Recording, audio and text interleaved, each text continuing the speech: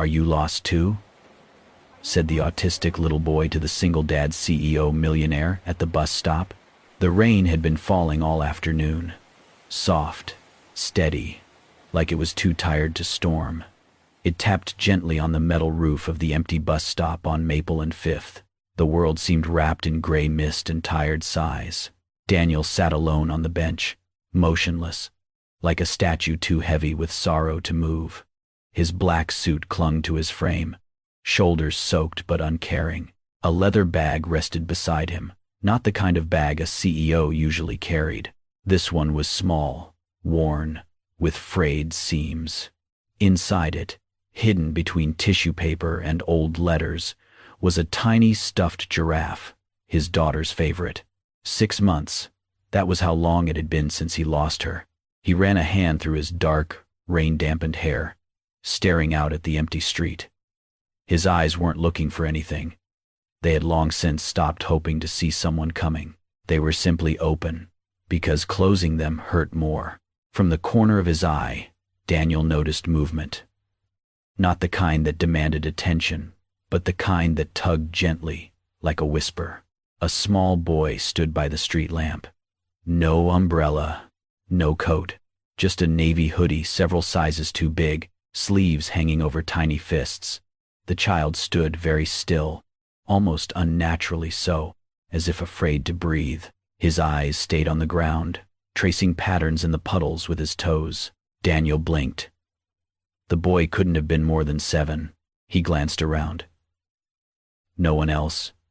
No parent calling. No car nearby. The boy was alone.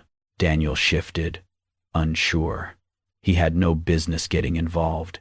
He barely knew how to take care of himself these days, let alone, and then, without a sound, the boy took a step forward. Then another. Rain clung to his eyelashes, and his lips trembled as he lifted his face toward Daniel. Their eyes met. Something stopped in Daniel's chest.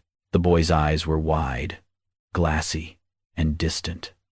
But there was something else, something deeply familiar. A quiet ache, a hollowness too big for someone so small to carry. The boy tilted his head. His voice, when it came, was barely a whisper. "Are you lost too?" Daniel froze. He stared at the boy, as if the question had pierced something hidden. The words, so simple, so innocent, hit harder than anything anyone had said to him in months. His throat tightened. For a moment, he could not speak. The rain fell between them, filling the silence with soft drum beats. The boy waited. Daniel opened his mouth, but no words came. Instead, he nodded, just once. His lips curved slightly, somewhere between a smile and surrender. His eyes glistened, not from the rain. "Yes," he whispered, voice hoarse. "Yes, I am." The boy didn't move, but something in his small face shifted, something like understanding, like recognition. Daniel reached into the bag beside him and slowly, gently, pulled out the stuffed giraffe. He held it out toward the boy without a word. The boy stepped closer.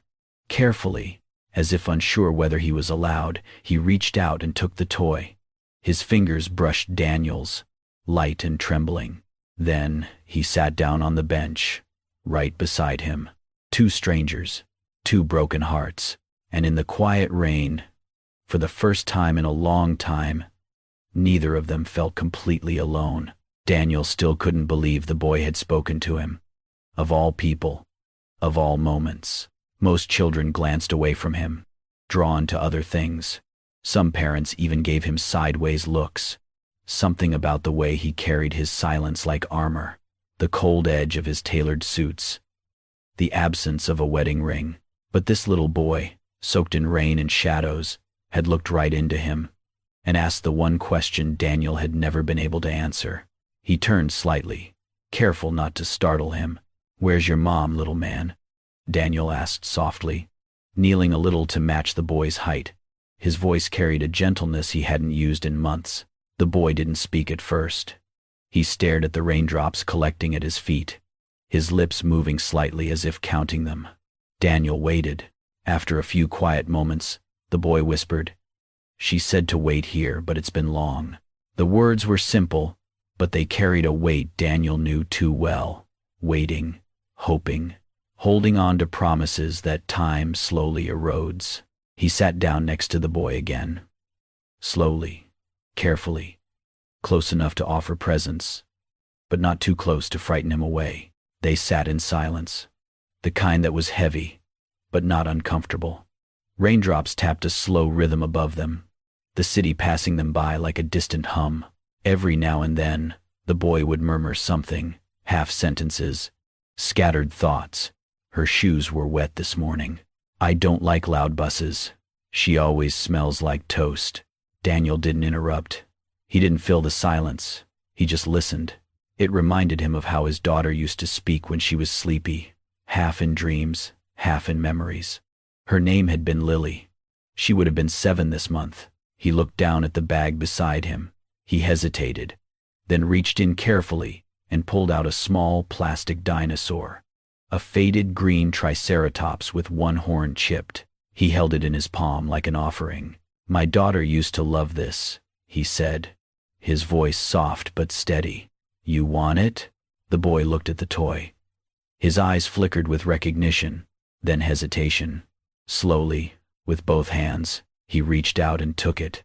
He didn't say thank you, didn't smile, but he clutched it close, like something precious. Daniel watched him hold the dinosaur to his chest, the way Lily used to cradle hers at bedtime. The boy scooted closer, just an inch, then another, until their shoulders almost touched. And then, to Daniel's surprise, the boy leaned sideways, ever so gently, and rested his head on Daniel's arm. It was light, barely there, but it made Daniel freeze. No one had touched him like that since Lily.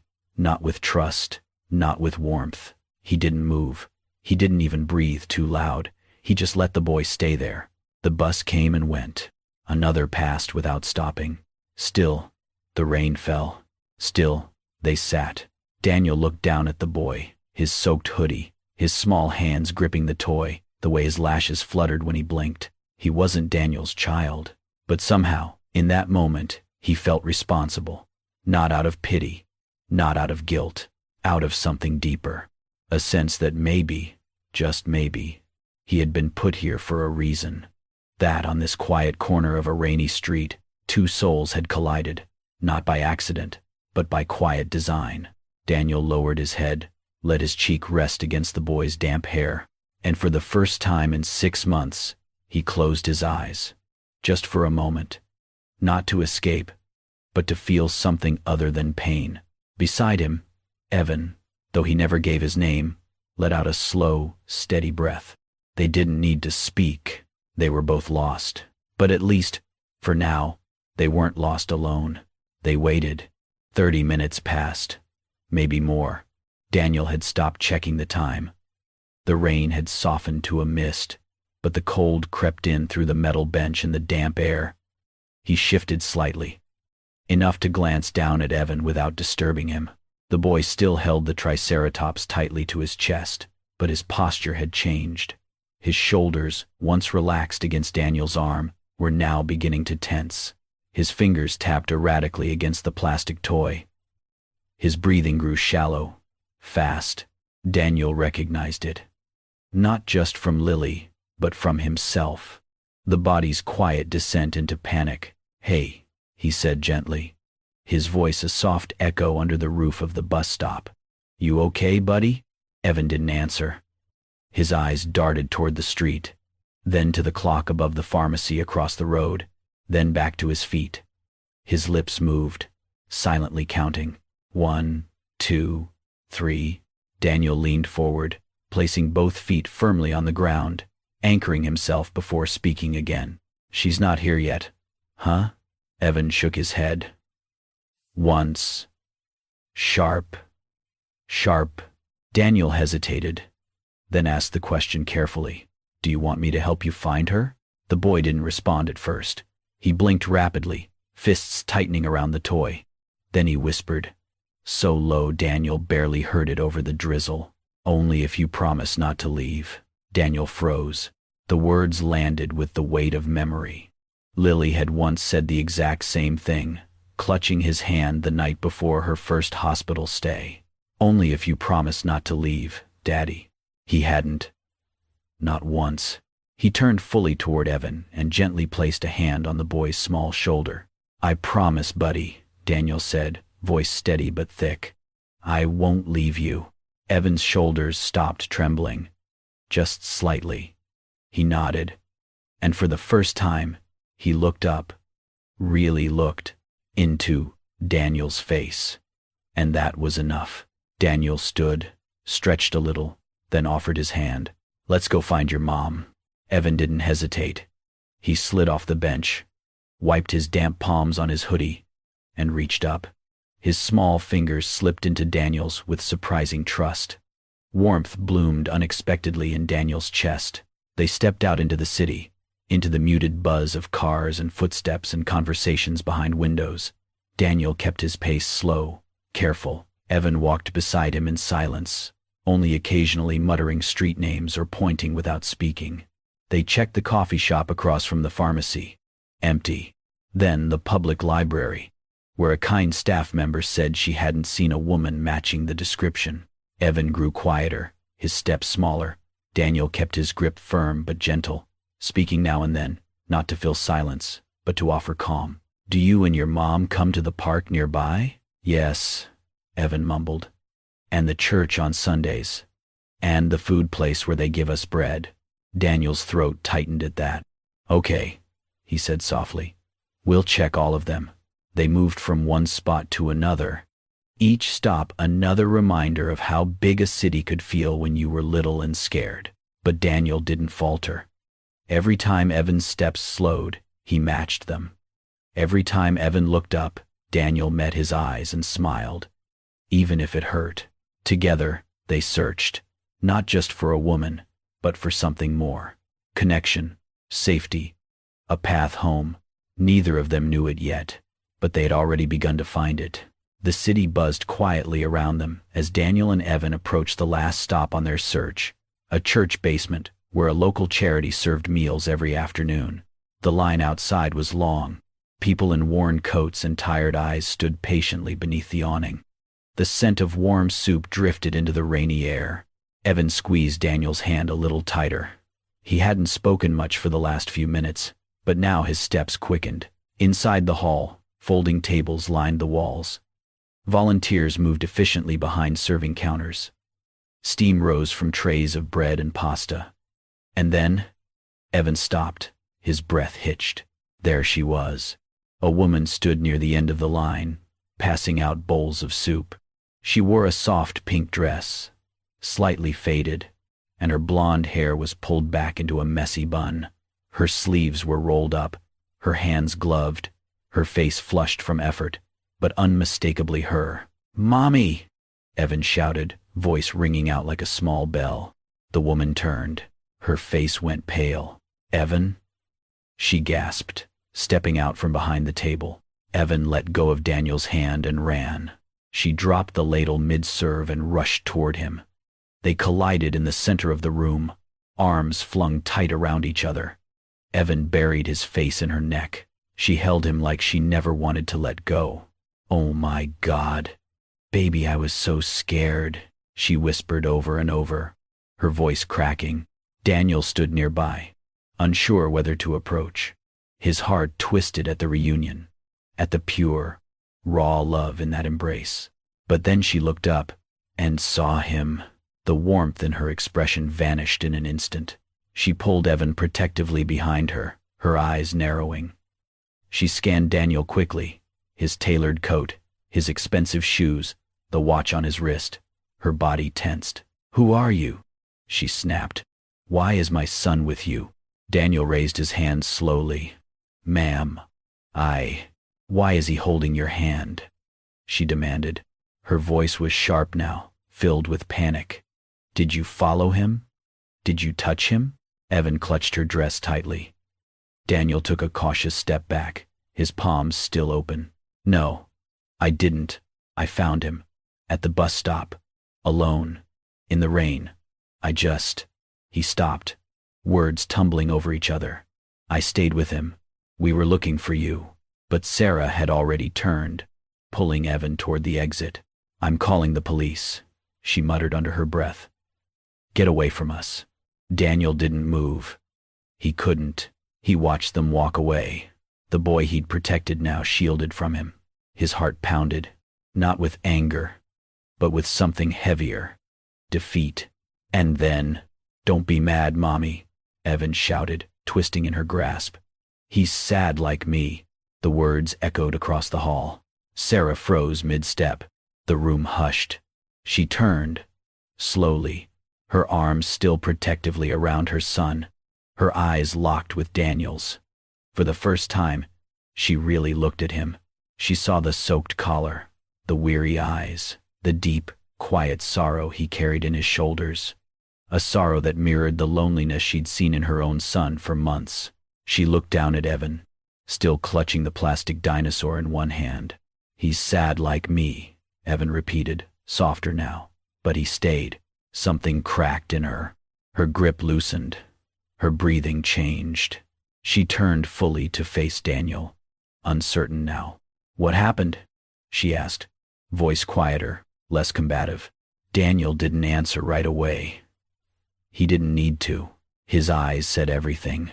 And Sarah, for the first time in years, let herself see past her fear. She saw a man who was just as lost as she had been, and a little boy who, for once, hadn't been alone. The apartment was tucked above a laundromat, the kind of place most people walked past without noticing. The stairs creaked as they climbed, and the hallway smelled faintly of detergent and old wood. Sarah unlocked the door and stepped aside to let them in. Come in, she said softly, almost awkwardly. You can sit for a bit. Just thank you for staying with him. Daniel gave a small nod and followed her in. The apartment was small, one bedroom, an old pull-out couch in the living room, peeling wallpaper at the edges, but it was clean, and there was warmth in every corner. A blanket folded neatly over the armrest. A few children's books stacked near a modest shelf. Crayon drawings taped carefully to the fridge. Evan walked in without hesitation and went straight to the floor near the window, where he pulled out paper and markers from a shoebox. Sarah watched him with a quiet fondness before turning to Daniel. I'm sorry, she said, for earlier. I didn't know what to think. He's never done that before. Talked to someone, followed anyone. Daniel sat on the edge of the couch, his coat still damp. He said you told him to wait. I did, Sarah nodded. I volunteer at the shelter on Thursdays. He usually stays with the lady next door, but she wasn't home today. I told him to wait for me inside the shop while I checked in. I was only gone 10 minutes. Her voice faltered. I should have never. It's okay, Daniel interrupted gently. He wasn't scared. Not until he realized time had passed. Sarah sat across from him, folding her hands in her lap. He's on the spectrum, she explained. Mild autism. High functioning, but routines matter. Familiarity matters. He doesn't like strangers. He doesn't trust easily. She paused, looking toward Evan. He didn't even speak to his own teacher until the 3rd month of school. Daniel looked at her, surprised, then slowly turned his gaze toward the little boy, now coloring quietly by the window. He spoke to me right away, Daniel said, almost to himself. Sarah nodded, her eyes softening. I don't know what made him feel safe with you, but thank you. Daniel swallowed hard. He let his eyes travel around the room, taking in the worn floor tiles, the photos on the wall, one of Evan as a baby in Sarah's arms, both smiling under a cheap Christmas tree. And then he whispered, Your son reminds me of my daughter. She passed away 6 months ago. Sarah looked up.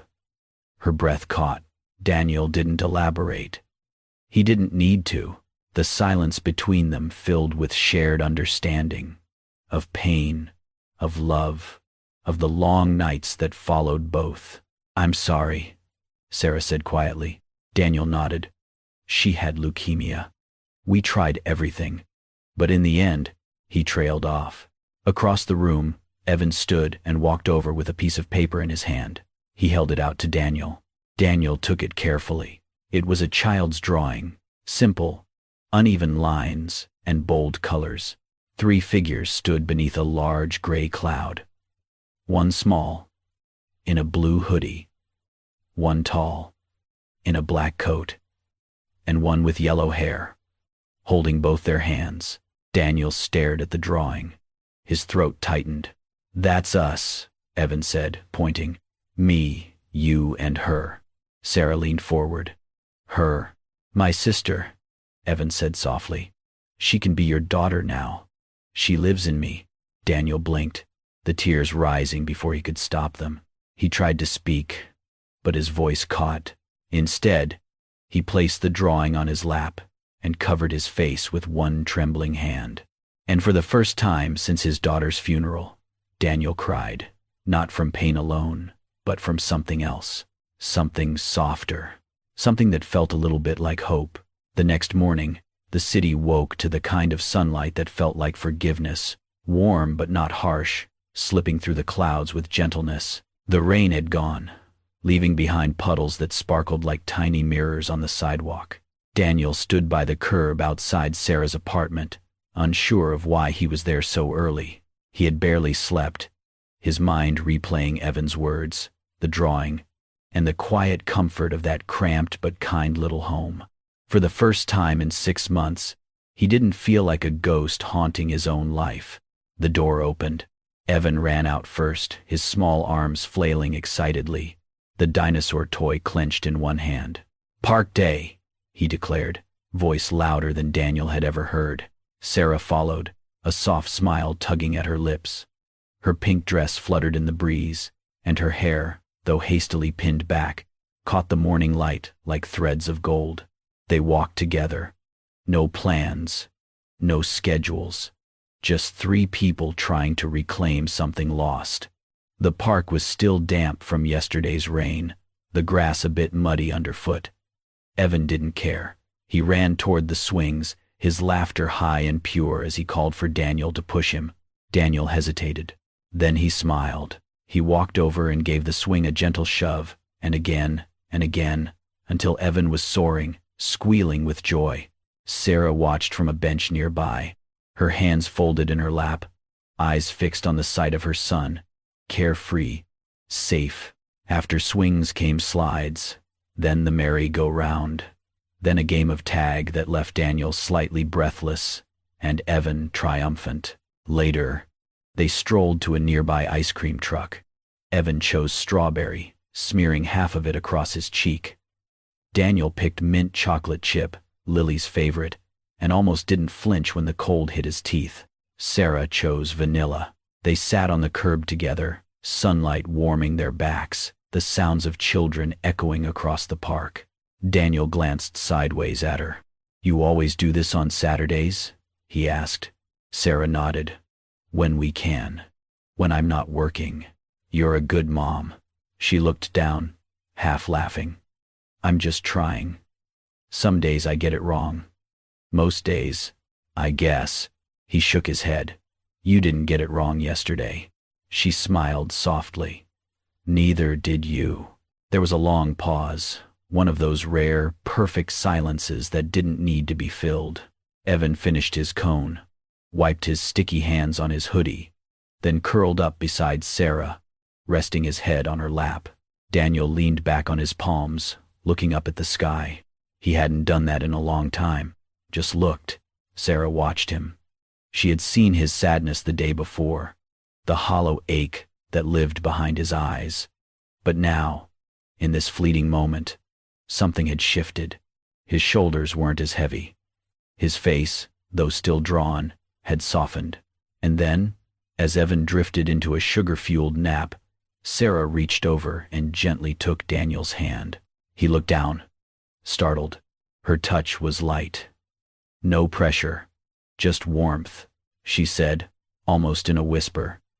"Thank you for letting Evan see how a good man protects." Daniel stared at her hand in his. His throat tightened. He squeezed gently. Then, with a voice steadier than he felt, he replied, "Thank you for reminding me how to live again."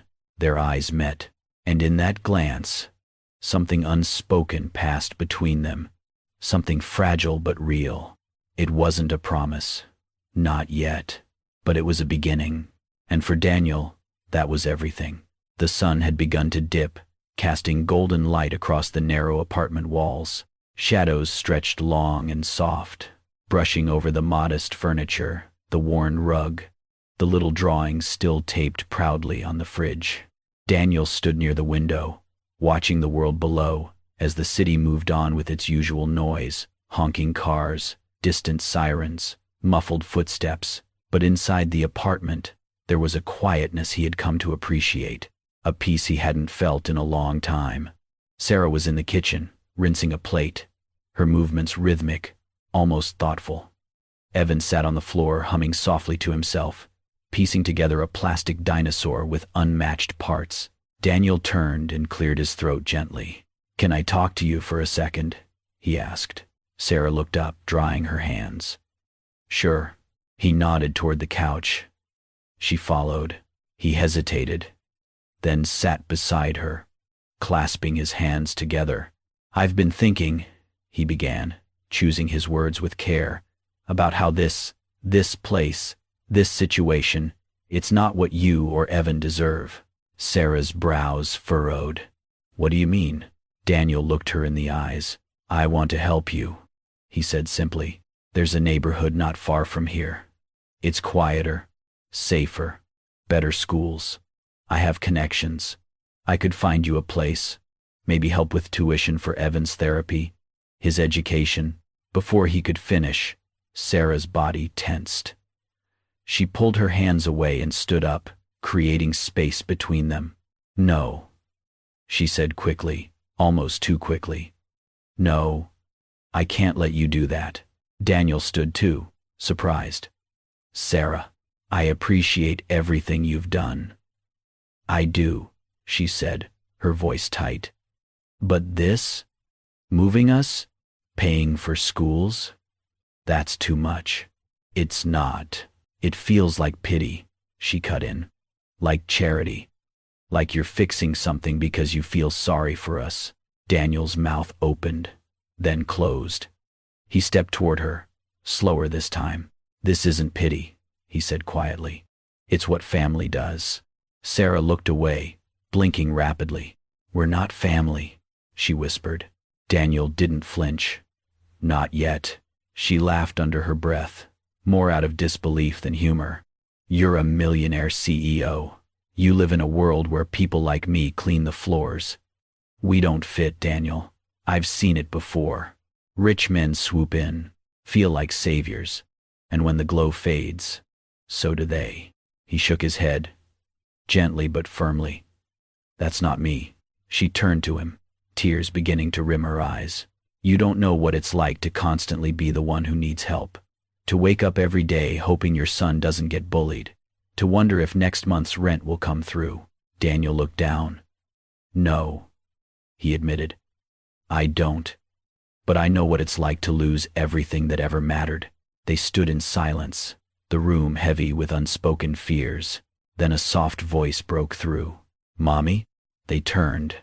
Evan stood in the hallway, rubbing his eyes, clutching the same triceratops. He walked up slowly, looked from Sarah to Daniel. Without a word, he wrapped his arms around both of their legs. Then, tilting his head up, he said, "Then be my family. Please?" The room stopped breathing. Sarah's lips trembled. Daniel's eyes burned. Evan held on tighter, his voice muffled now against Sarah's dress. "I don't care if we're rich or not. I feel safe when we're all together." The silence stretched again. Then, finally, Sarah dropped to her knees and pulled Evan into her arms. Her shoulders shook with sobs she had held back for too long. Daniel knelt beside them, wrapping his arms around them both. No more distance, no more fear.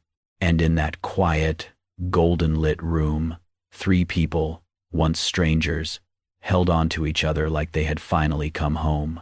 The city hadn't changed much in the past few months, but Daniel had. So had Sarah. So had Evan. The same old bus stop still stood on the corner of Maple and Fifth, its roof patched with rust and memories.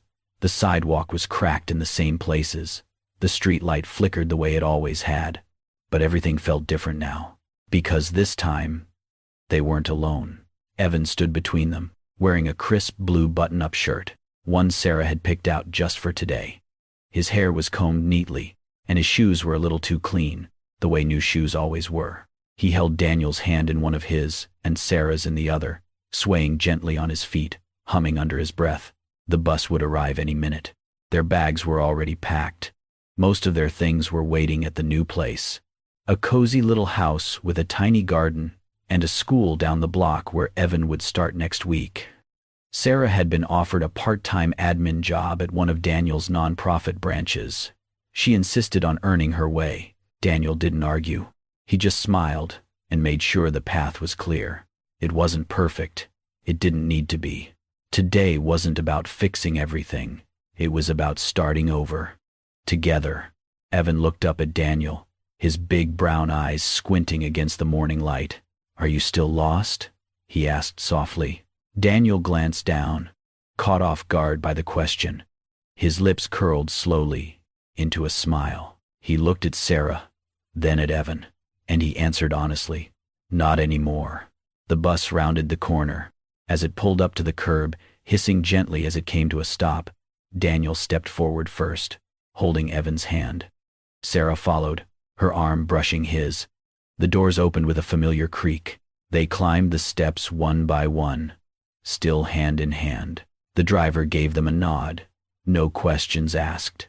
Just a quiet welcome, as if he already knew. Evan slid into the seat by the window, pulling Daniel beside him.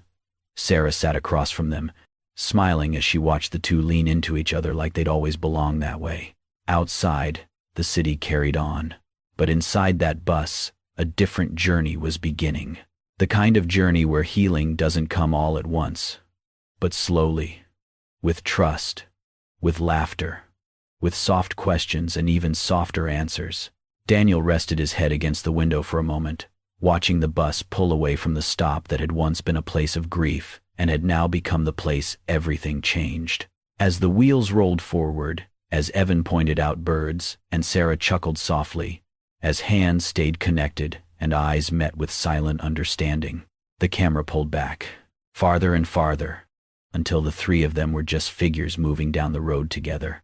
Not by blood, not by fate, but by choice, by love, by a question that started it all. Thank you for watching this heartwarming journey of healing and unexpected family. Sometimes, the smallest voices ask the biggest questions and change our lives forever. If this story touched your heart, don't forget to like, share, and comment below. Subscribe to Kindness and Love Tales for more inspiring stories that bridge hearts, break down barriers, and remind us that love can be found in the most unexpected places. Because here, every tale begins with kindness and ends in love.